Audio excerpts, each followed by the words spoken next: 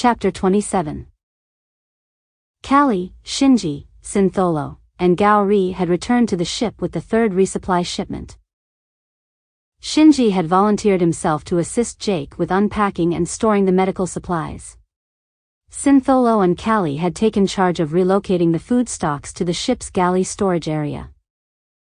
The twins were tasked with helping Gaori to her room prior to taking a much-needed break. Tyrell monitored the ship systems remotely, while he verified that the delivered goods matched his requisition list. It took a few hours of hard work, but everything was put in its place. Tyrell's proposed upgrades would require additional downtime at a space dock, which Callie was unwilling to take. If she started to wait on repairs now, she'd just continue to wait until Cyan returned, and there was no indication of when that would be. Callie wanted to investigate the origination point of Phantom Hound's last message, which was close enough to Kaylani Dominion-controlled space to justify a quick stop to meet with Mistress Kaylani. Before that, they had one more stop to make. Regardless of her insistence that she was going her own way, the instructions she'd received to visit some secret location hidden within the Dew Star Nebula had intrigued her. Gao-Run had even sent along an extra box with their last shipment, free of charge. The telepathic emulation communicators had been provided under the direction of Killer Lime, but the free meal from Guise Tasios was clearly his own initiative. He'd sent enough for everyone, but Callie was worried about how Gaori would react to Gao-Run's culinary choices. It was clearly meant as a warning to the ship's crew, and possibly to Callie herself. "Gaori, I need to talk to you," Callie said as she stood in front of the door to the avian woman's quarters. "Gao-Run sent us all up a special dinner. Before I allow anyone else to know about it, I need to talk to you first." "You can come in," Gaori called out. Callie entered in her override code and opened the door. Gaori was on the floor, laying on her side. "Why are you on the floor? Are you all right?" Callie asked. "With only half a wing left, I just can't find my balance," Gaori said sadly. "I hate to say it, but I think I'm going to have to ask Jake to amputate it. I'm useless like this. That damn drudge. I think he tore off my good wing just to spite me." "No," Callie said. "You bit his shoulder, and he knew the fastest way to make you release your grip was to cause you pain. He tore off your wing because he's a sadistic bastard. You injured him, so he maimed you. The real malice is sitting in a container in the galley. A meal I'm not willing to serve without your consent." "What is it?" Gaori gaped in horror.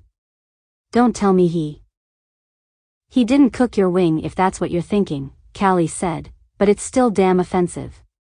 The main course is boneless Ivrock breast. Are you familiar with them?" "Yes," Gaori said irritably. "They're distant relatives of the Sirvani. Our first attempt to colonize Corrales failed. Those that were left behind eventually evolved into the creatures you call Ivrock." "I know they're predatory birds," Callie admitted, "but I didn't realize there was a more direct relationship than that. They're just stupid beasts, far removed from the Sirvani. If that was his best attempt to offend me, he'll need to work a lot harder." "That's not all," Callie said in disgust. "He also sent 2 sizable servings of a Terran dish, called fried chicken wings in bucket-shaped containers." "I wish I had bitten the rest of the way through his shoulder," Gaori squawked with rage. "I'm impressed you managed to injure him as well as you did," Callie said with a faint smile. Gaori sighed heavily. "Don't deny them a meal for my sake. We'll be eating meal packs for the rest of the trip, so let them enjoy it." "I take it you're not interested in joining us?" "There's too much weight on my left side," Gaori said. "I would have a hard enough time just getting there. Staying upright at the table would be another matter entirely. These bones aren't hollow. I'll carry you down there and hold you up myself if I have to. Talk to Jake later about amputating the remainder of your left wing. That way you'll at least be able to have some independence. I might have a more long-term solution, but it's not worth mentioning it until Tyrell finishes looking into it."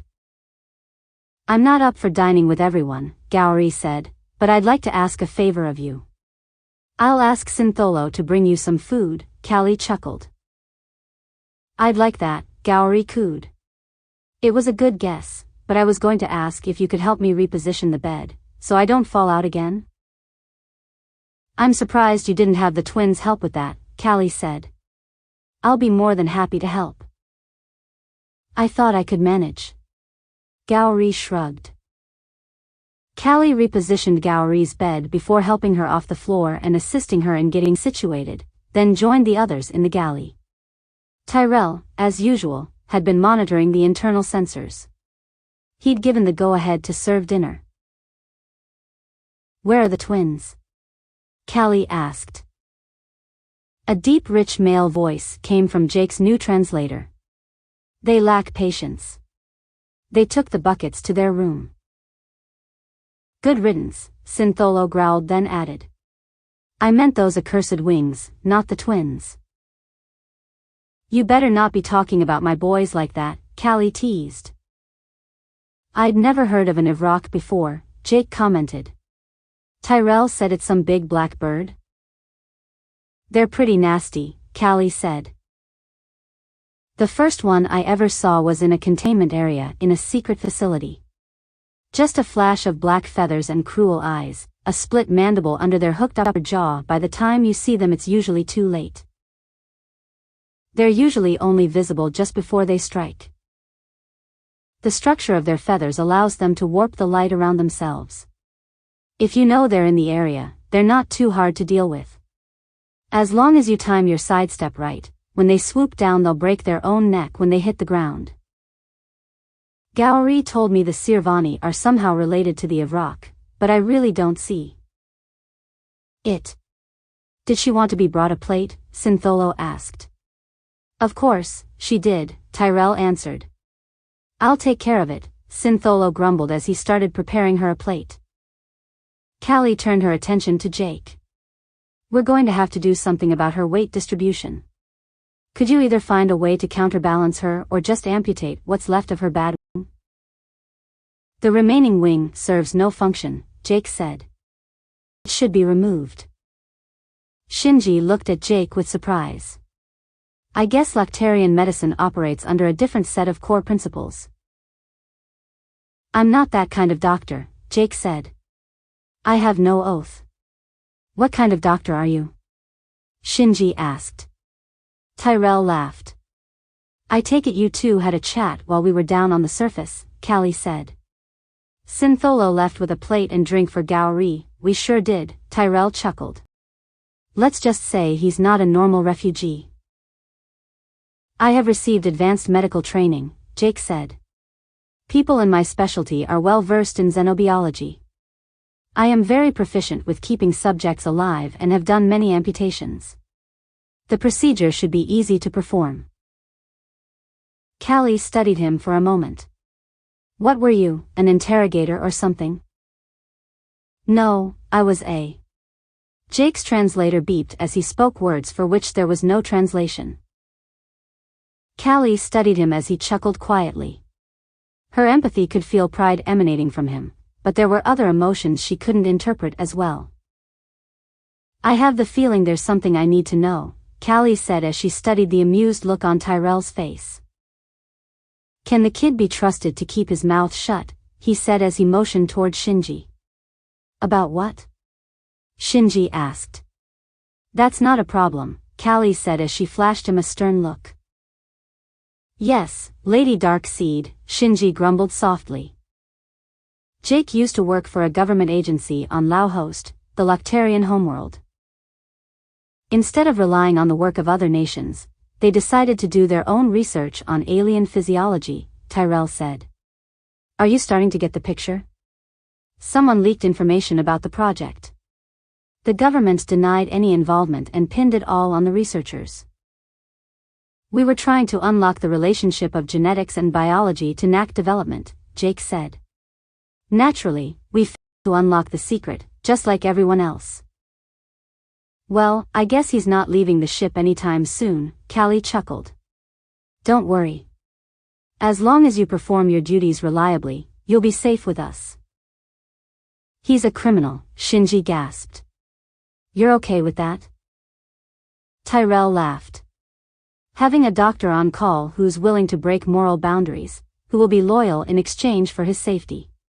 Where's the downside? I'm not seeing any, Callie grinned. It's like hiring a serial killer, Shinji complained. Have you met Gao Rune? Callie asked rhetorically. Shinji scowled. Who else knows? Callie asked. Just the three of us, Tyrell said. For if you include Jake. Thank you for trusting us with this, Callie said to the Loctarian. It's better to be upfront than being shoved out an airlock later, Jake said as he mimicked a shrug. I don't want this information to leave this room, Callie insisted. Shinji's mind was a maze of conflicting thoughts and emotions. Callie walked over to him and rested her head on his shoulder. Tyrell was watching the two of them intently. I need you to be okay with this, Callie urged gently. Her brown tails tenderly traced their way up the back of his calves. She reached out with her consciousness and gently slid through his mental defenses while he was distracted by her touch. While it isn't possible for a telepath to read the mind of a cyberpath, she was easily able to interpret Tyrell's expression. He was waiting for her to let him know if he needed to send a command to the hardware implanted in Shinji's brain. I'll keep it to myself, Shinji said, but I don't have to like it. I didn't ask you to like it, Callie said softly. All I ask is that you don't betray my trust. Shinji looked up at her and insisted, I'll never knowingly betray you. Callie returned to her seat. Jake bowed his head slightly as he stood. If you will excuse me, Jake said abruptly, I must go. It's time for my next leg treatment. Now that I have the proper supplies, it should heal quickly. Tell me when the avian is ready to have that half-wing removed. He turned and started walking for the door. I'll get those new communicators set up once I have some extra time, Tyrell said. I'd like to talk to you one more time about the shuttle situation before we leave orbit. It doesn't look like the medical supplies or operating table in the shuttle's crew compartment will be needed. If we needed to use our current shuttle to evacuate the ship, we'd need to unload the Mauler first. That's a huge problem. We either need a single shuttle that can accommodate the new crew complement or multiple smaller shuttles. The size of our bay is also a factor. The space limitations are a major consideration. The door closed behind Jake. Tyrell lowered his voice. So, you really don't have an issue with the bug? We could turn him in for the bounty and just hire a reputable doctor. I was going to talk to Nelfrey so we'd have someone on the ship with medical training, Callie mused. She also has a background in linguistics, but she's not a surgeon, Callie said softly. I'm sure he knows exactly what will happen if he causes any problems for us. I'm willing to give him a chance to prove himself. I need someone who will follow my instructions without any moral reservations, and that I can trust to not report our actions to anyone. I had more reservations with Syntholo, but we at least know who he's reporting to. Keep in mind, I really don't know who I can trust. Callie glanced over at Shinji as she spoke. That wasn't my fault, Shinji grumbled. Tyrell smirked. No, it wasn't, Callie said, but it's a prime example of why I can't know who I can trust. The Psionic Research Institute crammed those electronics into your skull so they could use you as a tool, and they tried to use you against me. They did the same thing to me, but mine was discovered and that junk is still in your head. We'll need to find a specialist to remove it, but at least we were able to scramble the access commands. We? Tyrell chuckled. As for Jake, I really am fine with it. Callie shrugged. If there's an issue with him or if we need a nurse or interpreter later, Nelfrey's at the top of my list. Was that the nurse that was fawning all over you? Tyrell snickered. Shouldn't you be plotting our flight path or something? Callie snapped. Not until after we finished discussing the shuttle situation, Tyrell countered. Haven't you spent enough of my money? Callie grumbled. You still haven't checked your balance, Tyrell snorted. If you had, you wouldn't be acting like this. Come up to the bridge and I'll show you. You're not going to let this go, are you? Syntholo is a certified fighter pilot, but you'd rather some crappy, obsolete, unarmed shuttle? It's just hardware, and it's time for an upgrade. Why are you being so stubborn? Why are you so attached to that piece of junk? Callie shifted uneasily and her tails thumped against the floor behind her. Tell me, Tyrell demanded. Why is that shuttle so damned important to you? I liked Thalu, Callie said sadly. She saved my life, more than once. I don't think I could have beaten that pair of changelings without her, and she was the one who pulled out all the hardware I put in my head. She died in that shuttle. I spent all that time scrubbing her remains out of the console. During my ride home I was all alone. I would sit in the shuttle, and it made me feel better. It felt like she was still in there. Me company. Changelings, Tyrell said with a start. Callie nodded. Send the shuttle to the surface, Tyrell said. Make a shrine out of it, for all I care. It's just not adequate for a crew of this size. You definitely have enough land, Shinji commented. Fine, Callie growled. See if we can get permission to park it near my house. You're Lady Darkseid, Tyrell chuckled. Did you honestly think they'd dare refuse you? Callie regarded him with suspicion and asked, What do you mean did I? You already sent the request, didn't you? I just did, Tyrell laughed. I don't need to be on the bridge to access the ship's systems. Then why do you spend most of your time up there? Callie asked. The connection up there is faster and more reliable, Tyrell said, and I'm not exactly a people person. Callie and Shinji got up and followed Tyrell as he headed for the door. Even with a good connection, I can only actively control 3 systems simultaneously, Tyrell noted. This ship was well optimized, to begin with, and I've added in some software that has improved the system integration so I can monitor all of the systems easily, and just pay attention to the ones that need my attention most. Automation makes things easier, but it's no substitute for a competent crew. I can oversee basic ship functions while controlling the shuttle, for example, but I can only do that from the bridge, and I can't control the ship, shuttle, and Molly at the same time. That's just more than I can handle. I can't even manage the ship's weapons while remotely controlling the shuttle. Well, not if I plan on hitting anything. There's a lot more to it, but that should give you a basic idea. They rounded the corner and continued toward the elevator. The level of system integration on the ship makes my life a lot easier, Tyrell continued. That shuttle is another matter entirely. I can control it remotely, but it takes a lot of effort. It wouldn't be possible at all without the use of relay satellites. It's easy enough when we're in orbit around a planet like Hyrule. I can just pass commands through the local infrastructure. Without a pre-existing network, we're limited to the native ship systems and the rental satellites in the hold.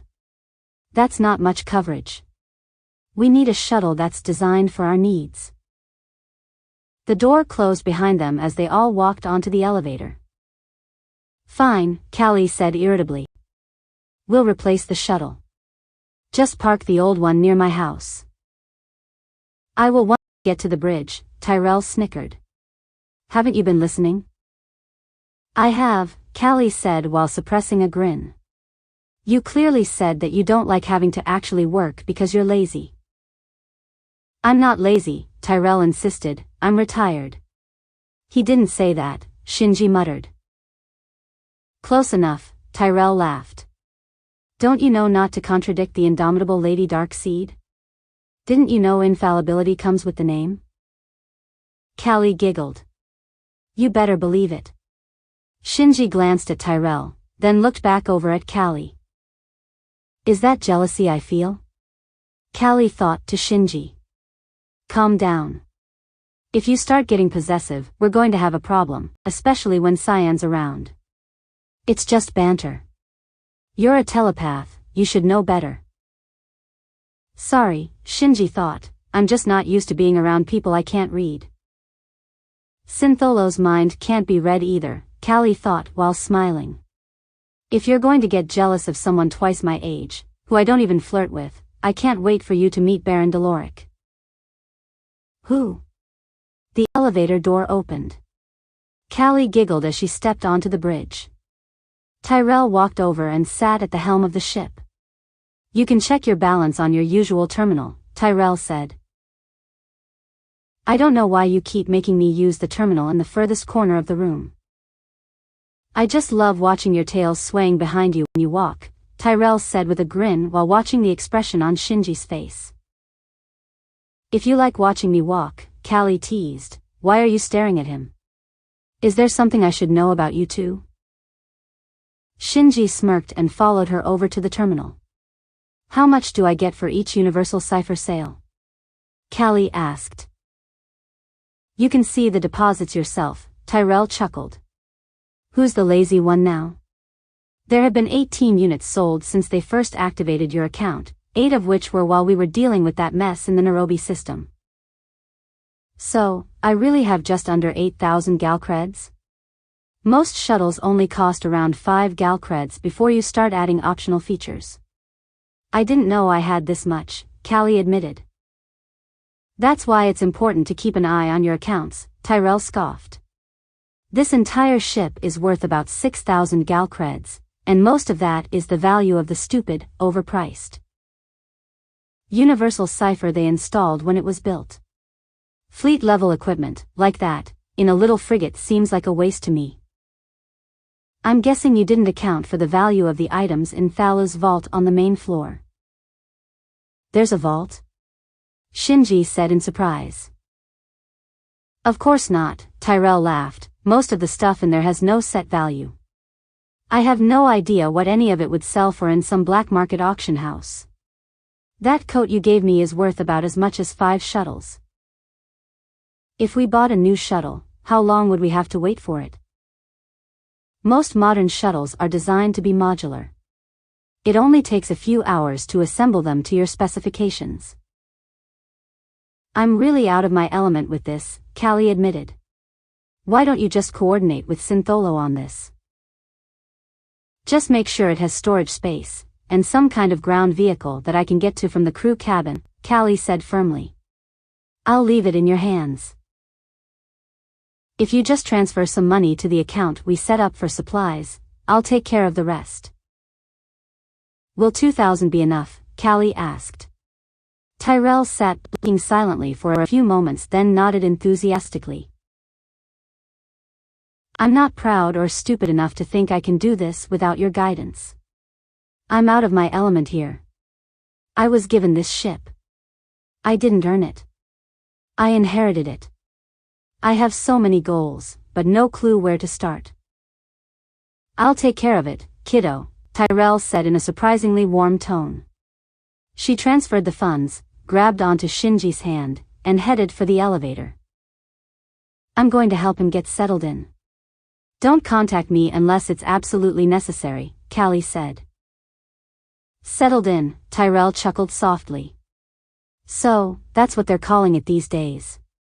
Let me know where you stick him. Callie blushed. Room 5 or 7, Tyrell snorted. Just let me know. I will, Callie said as the door closed. She could feel Shinji's emotions flowing out of him. Where did you leave your duffel? Callie asked.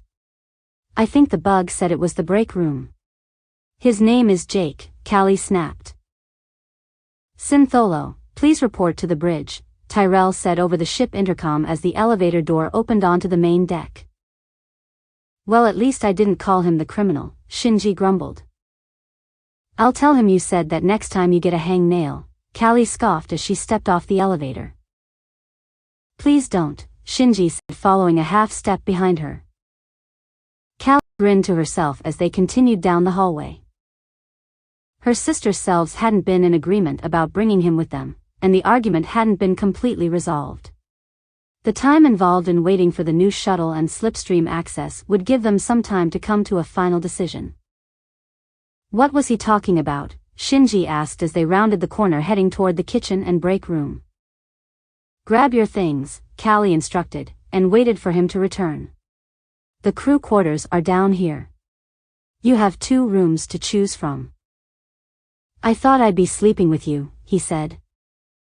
Maybe when I'm in the mood, but generally, no, Callie corrected him as she led him down a second corridor which ran parallel to the first.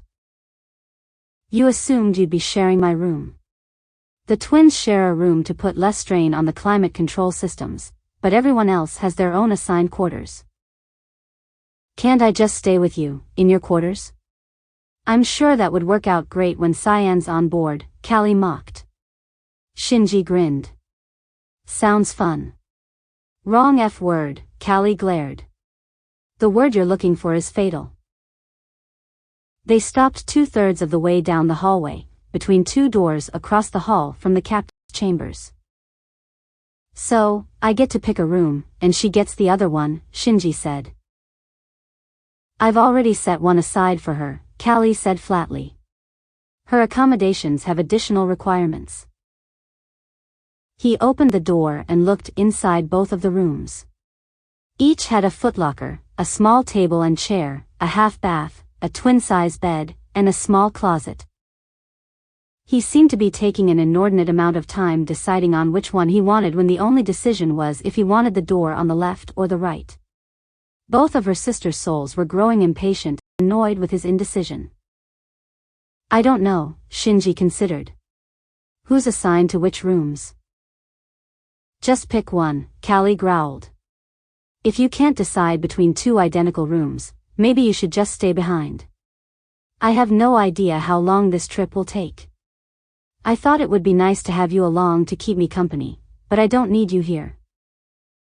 I'll just take the one on the left, Shinji flushed in embarrassment. Good, now that's decided. Callie stroked the top of her communicator. Tyrell, assign him to room 5. Got it, Tyrell responded as a panel next to the door on the left lit up. It's ready. You know the drill. Shinji, put your hand on the panel, Callie said. After doing as he'd been instructed, the panel beeped and changed color. He's logged in, Tyrell said over comms. Thanks, Callie said appreciatively. While I have your attention, I thought I'd let you know I found the psionic amplifier. It's in drawer 439, Tyrell teased. Just in case you two need it. Callie grinned broadly. Thanks for the information, I'll verify it as soon as I can. Is something wrong? Shinji asked. Get yourself settled in, Callie smiled coyly. I'll try to be quick. When I get back maybe we can see about testing out your bed. She sped to the end of the hallway, turned left, and left again and stopped halfway down the hall to the elevator. She punched in the code to open the door and walked into the vault. Tyrell, Callie said quietly, can you do me a favor? What do you need? Tyrell asked over her communicator. She closed the door behind herself and searched for drawer 439. Ask Jake to prepare 2 capsules for me. I need one to be ambrosia, half the standard dosage for a Terran, and use cinnamon from the kitchen to make a placebo for the second. Just tell him to mark the placebo to make sure I can tell the difference. Ask him to bring them to my quarters when they're ready. Mind if I ask, what are you planning? Tyrell inquired. I just mentioned 439 because of what happened on the shuttle. The ambrosia is just a training aid, Callie said. It helps with concentration. Is something wrong with the shuttle? She heard Syntholo asking in the background. We need an upgrade, Tyrell chuckled. I'll explain later. Callie smirked. Hopefully he wouldn't explain too much. I'm just going to put you on the bridge speaker for now, Tyrell cautioned. It should help him maintain control if we do try the psionic amplifier. Callie said. I just want to try some experimentation. It would be interesting to let him experience what it's like to be the stronger partner, Callie whispered. If I were to really take a dose it would defeat the purpose. I'm not convinced this will be enough to do it. Do you want me to ask him to prepare a full dose? Tyrell asked. Not if he's never tried it, Syntholo commented, then asked. Has he? I doubt it, Callie said warily. If you're not opposed to drinking, Syntholo advised. That could help even things out. Just don't overdo it. I'll take that under advisement, Callie said, trying her best to sound formal. I'll talk to Jake, Tyrell said over her earpiece. If he has any issues, I'll let you know. One more thing, Callie whispered. Would it be possible to just record the sounds I make, for Cyan? Tyrell cackled. What did she say? Syntholo asked. Never mind, Callie said forcefully. I'll see what I can do, he snickered, but I may keep a copy for myself. Callie wasn't sure if Tyrell was joking or not. I wish Thalu had labeled these instead of numbering them, Callie grumbled under her breath as she looked through the contents of several nearby drawers. They're all indexed in the main computer, Tyrell's voice mocked through her earpiece. You may want to look through it sometime. I looked at it once. It tells you what they're called, not what they are. I mean, what in the world is? What's the number? 452, Force Channeling Lance, which is? You channel your knack into it, she heard Syntholo explaining in the background. It converts it into a melee weapon type that extends from the end of the rod. They're not as good as a real weapon, but they are valuable collectibles. What about number 413? It's an unpronounceable kind of tattoo kit, Tyrell chuckled softly. Is there something you're looking for, or are you just wasting time? Jake's probably done by now. Have you found that amplifier yet? Yeah, I've got it, Callie said. Tell Jake to meet me in the galley. I'm going to have to grab a bottle of booze unless there's something in here that can suppress my abilities. What's going on with the shuttle? She heard Syntholo ask as Tyrell closed the connection. She reopened the vault door and held up the circular metallic headband with a playful look in her eyes. She stepped into the hallway and closed the door behind her. Callie walked down the hallway, down to the galley, and into the kitchen. She pulled a bottle of water out of the refrigerator, and held it with her left tail, then grabbed a bottle of fruit-based alcohol from the rack, and passed it off to her right tail. Her black tail refused to help her carry the glasses but was willing to take hold of the amplifier. She heard the sound of the door to the medical supplies storage room opening and closing. I think I'm almost ready, Jake said as he strode into the room. I just need you to confirm. I appreciate this, Callie said as she grabbed a pair of glasses. I see a different color spectrum, Jake remarked. How do these look to your eyes? Close enough, Callie said with a smile. She blushed, realizing she was out of limbs. Could you just put one in each glass? This one is the placebo, he said, indicating the pill, which was far browner than orange as he dropped each capsule into a different glass. Thank you, Callie said. Callie started giggling quietly as she headed back toward the rooms. Cyan had teasingly called her a tentacle monster, and at the moment, with her arms and tails full, she actually felt like one.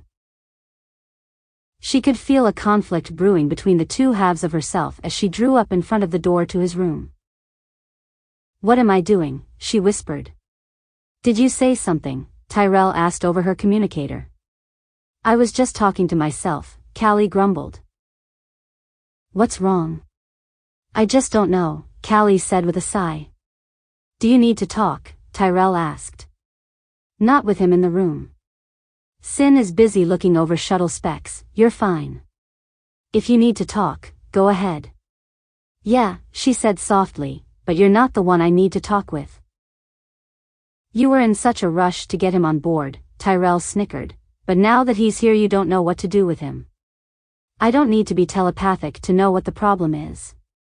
Sometimes we're more drawn to what someone represents than who they actually are. Stick to the computers, Callie scoffed. You're not good at reading people. Tyrell taunted, so, tell me, Who replaced the confident young lady I've come to respect with a little girl that's so easily defeated by a closed door? I hired you to manage the ship, not to talk to me like that. Tyrell laughed. Retired people tend to speak their minds more freely. You hired me because you knew you needed someone that's willing to be honest with you. If only you'd extend that courtesy to yourself. What's that supposed to mean? Callie snarled. Just be honest with yourself. Talk to him, Tyrell said with an exasperated sigh. If he can't handle what you have to say, that's on him, not you.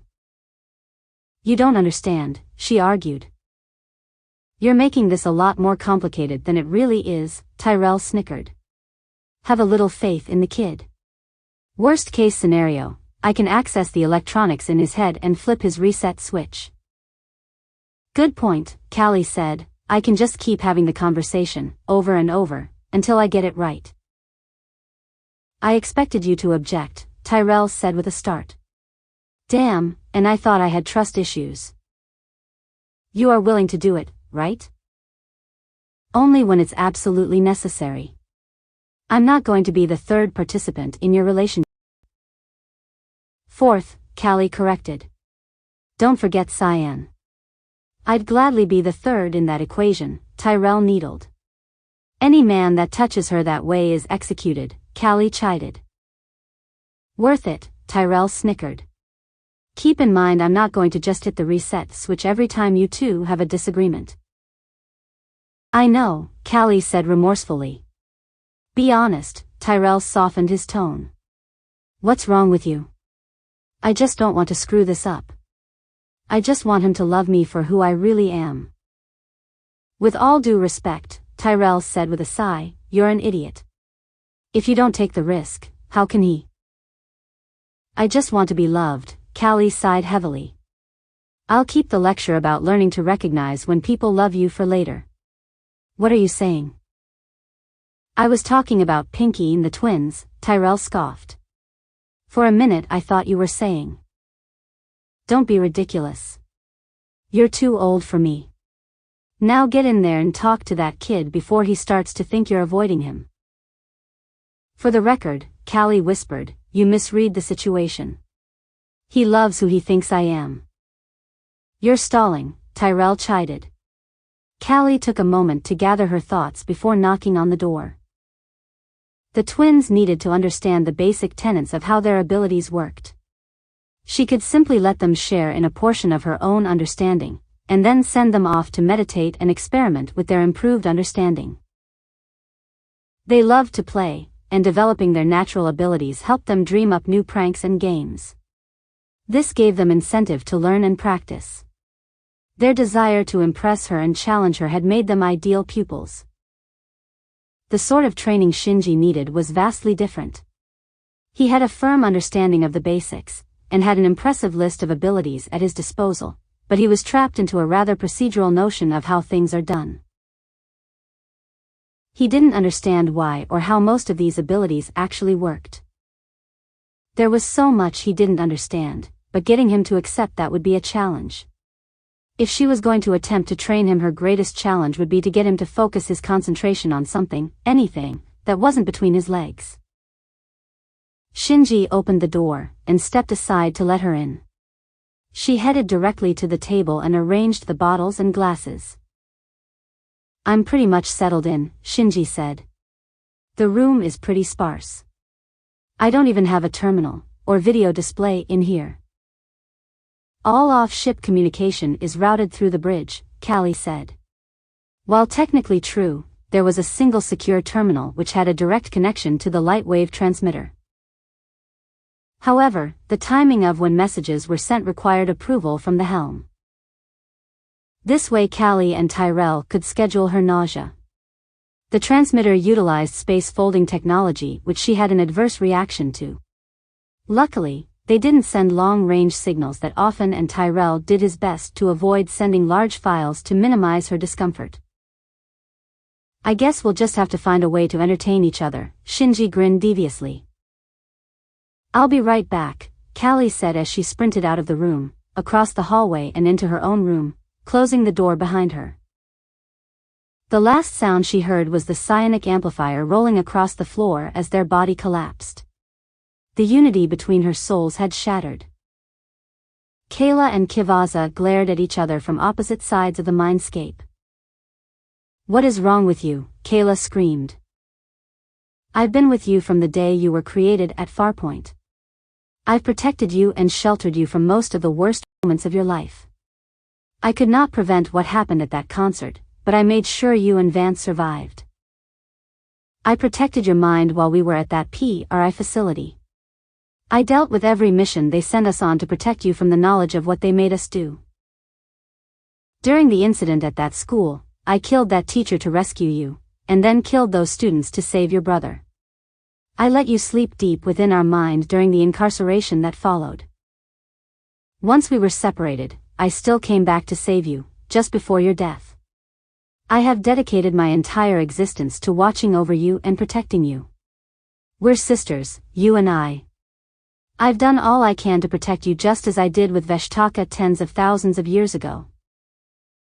Kayla was annoyed at the constant reminders of her past weakness and failures. "If I die, you die. Let's not fool ourselves by pretending you were being magnanimous." "That may not have been a choice, in the beginning," Kivaza asserted, "but it has been since I left Midguard. I'm not trying to make you feel indebted or guilty. We're sisters, and I want what's best for you, and not just because that's also best for us. If there's anyone in all of Corrales you should know you can trust, it should be me." "Go ahead," Kayla grumbled.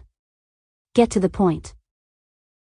"After you found out they programmed him with a personality template based upon your perception of Vance back when you were 14, you were furious. Have you stopped to fully consider the ramifications? He'd been a poor student in his mystic arts training. He desperately wanted you, although you were too young to fully grasp the nature of his desires. He used you to hurt anyone he felt wronged him. You were his cudgel, and a doll he played dress-up with while waiting for you to become old enough to use fully. That is who they used as a mold when they programmed Shinji." "But Shinji isn't Vance," Kayla growled, "and I'm stronger than him." "You were always stronger than Vance," Kivaza smirked, "and you were obedient to his whims, and he hadn't dominated someone before the age of 8. Shinji not only did that but managed to make the child beat themselves to death. It's not easy to compel someone to do something that's against their nature." "I give you my word," Kayla insisted. "I'll be vigilant and watch for the darker parts of Vance's nature reflected in him. Is that enough for you?" "For what it's worth," Kivaza said remorsefully, "I do hope I'm wrong about him." Kayla and Kivaza were slightly out of sync as Callie struggled to stand. Kivaza's consciousness lurked just under the surface as she gently passed more and more control to her sister self. She lurched over to the wardrobe at the back of the room, and rummaged through Thala's old clothes looking for something other than her armored pants to wear. Their body types were different, even without the tails. There were plenty of options even if the majority of Thala's outfits seemed more like costumes than practical garments to Kayla. The wardrobe held everything from cocktail dresses to lab coats to schoolgirl outfits. It was hard to tell which were intended as disguises during covert operations, and which existed for mere indulgence in her rather eclectic sexual proclivities. It wasn't long before Callie had fully regained control of her body, with exception of her tails, which seemed even more willful than usual. Her black tail coiled around her midriff and settled into place as her brown tails seemed to be quarreling over what to wear. "I'm keeping the top," Callie said forcefully. "If you're going to be this determined, pick out a skirt." Her right tail returned holding a long, black, soft leather band, while her left returned with a short, red and black plaid skirt. She took the skirt and held it against her abdomen to judge its length. "It'll do," she said appraisingly. "How about a real belt unless you two want to be bound again?" Her brown tails searched for a belt after discarding the strip of leather. "I'm surprised you're staying out of this," she said to her black tail as it shifted position while she took off her pants. She grabbed onto the clothes and waited for her twin tails to wrap themselves around her legs before putting them on. It was an absurdly short skirt to begin with and was even shorter after putting it on. It would be downright lewd on someone with broader hips and a narrower waist. She pushed away the memory of waking up in Cyanide's arms, as she positioned the top lower down on her hips and fastened it in place with the belt. Her black tail partially unraveled and opened a drawer. Knee socks, Callie smirked. I admit I'm getting changed to get a reaction out of him, but don't you think that's taking things too far? Her stinger extended and pointed into the drawer and then at a white button-down shirt hanging on the far side of the wardrobe. You've got to be kidding, Callie scoffed. I haven't dressed like that since. I remember, Kivaza's thoughts flowed through her. It's so close to what you were wearing the day of that accident, it's so nostalgic.